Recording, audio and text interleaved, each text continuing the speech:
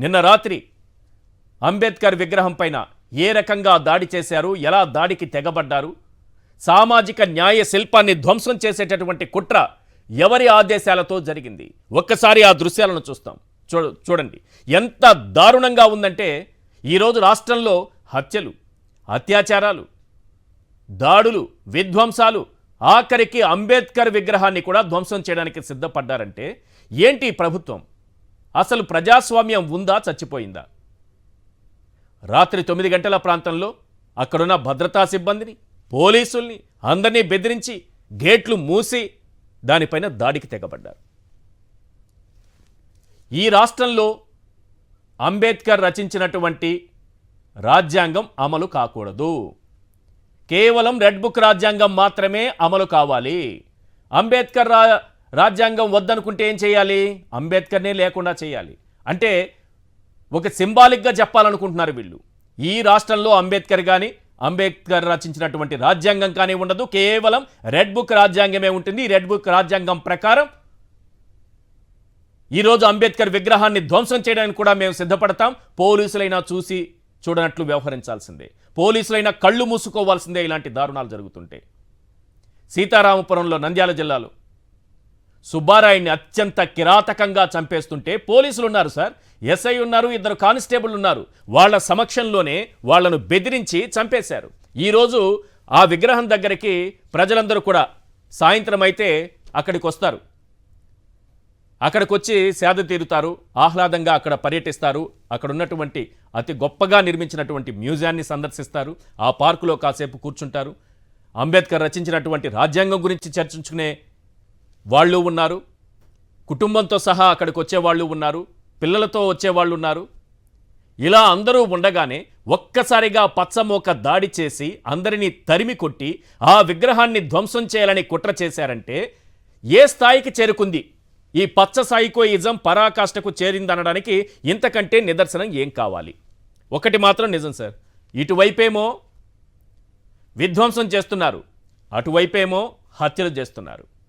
అంటే వీళ్లకు తెలిసింది ఇదే, ఇంతకు మించి ఏమీ తెలియదు.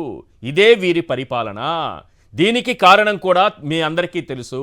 ఇచ్చిన హామీలు ఎలాగూ నెరవేర్చలేరు, నెరవేర్చేది లేదని చెప్పేశారు. సూపర్ 6 హామీలను కట్టగట్టి అటకపై పెట్టేశారు. కొన్ని హామీలను కట్టగట్టి కరకట్ట కింద పాతి పెట్టేశారు. మరికొన్ని హామీలను కట్టగట్టి ఆ కృష్ణానదిలో పడేశారు. ఇంతే సింపుల్. ఇప్పుడు దీని నుంచి ప్రజల్ని డైవర్ట్ చేయాలి, అందుకు దాడులు చేయాలి, అందుకు హత్యలు చేయాలి. అత్యాచారాలు జరుగుతుంటే చూసి చూడనట్లు వ్యవహరించాలి. అసలు ఇక్కడ శాంతి భద్రతలు లేనట్టుగా ఇది రాష్ట్రమే కాదు, మన చేతుల్లో ఏమీ లేదు, ఇక్కడ వ్యవస్థలు లేవు అన్నట్టుగా ఎవ్వరికి వాళ్ళు సైలెంట్గా ఉండాలి.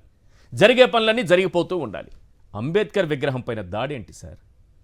ఆకాశమంత ఎత్తున సగర్వంగా నిలుచున్నటువంటి రాజ్యాంగ నిర్మాత అంబేద్కర్ విగ్రహాన్ని ధ్వంసం చేయాలనే ఆలోచన మీకు ఎలా కలిగింది? ఇలాంటి కుట్రలు చేయాలనే ఆలోచన మీకు ఎలా కలిగింది? అందుకే అంటున్నారు జగన్మోహన్ రెడ్డి గారు, ఈరోజు అక్కడికి వెళ్ళారు కదా, సుబ్బారాయుడి కుటుంబాన్ని పరామర్శించడానికి వెళ్ళినప్పుడు ఈ హత్యలన్నీ ప్రభుత్వం చేసిన హత్యలే, ఈ విధ్వంసాలు కూడా ప్రభుత్వం చేసిన విధ్వంసాలే, ఈ కూల్చివేతలు కూడా ప్రభుత్వం చేసిన కూల్చివేతలే. ఏ కేసు పెట్టినా అందులో ముద్దాయిలుగా చంద్రబాబు నాయుడు, లోకేష్ ఉండాల్సిందే. ఒకసారి జగన్మోహన్ రెడ్డి గారు ఏమన్నారో ఆ బయట ప్లే చేయండి సార్. నేను అడుగుతా ఉన్నా, ఇది సోషల్ మీడియాలో ఉంది, ఇది వైరల్ అవుతా ఉంది. ఎందుకు? ఆ మనిషి మాట్లాడిన మాటలేంటి? మండలానికి మీరు ఇద్దరిని చంపండి, నేను ఉంటాను, నేను పోలీసుని నేను చూసుకుంటాను అంటాను. మీరు దాడులు చేయండి, మీరు దాడులు చేయండి, మీరు చంపండి, పోలీసులు నేను చూసుకుంటాను, కేసులు నేను చూసుకుంటాను అని చెప్తా ఉన్నాడు. విజయోత్సవ సభ పెట్టి ఇంత దారుణంగా స్థానిక ఎమ్మెల్యేలు మీటింగులు పెట్టి చంపమని చెప్తా ఉంటే పోలీసులు ఎందుకు కేసు పెట్టడం లేదని అడుగుతా ఉన్నా.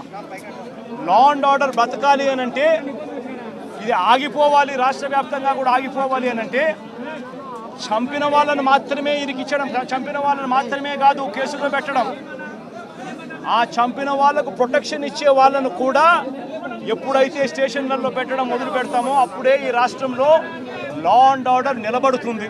ఈ చంపించిన వాళ్లకు సపోర్ట్ చేస్తూ ఉన్న ఈ నారా లోకేష్ అనే వ్యక్తి, ఈ చంద్రబాబు నాయుడు అనే వ్యక్తిని కూడా ముద్దాయిలుగా చేరిస్తే తప్ప నుంచి ఈ రాష్ట్రంలో లా అండ్ ఆర్డర్ బ్రతకదు అని కూడా ఈ సందర్భంగా తెలియజేస్తా ఉన్నా.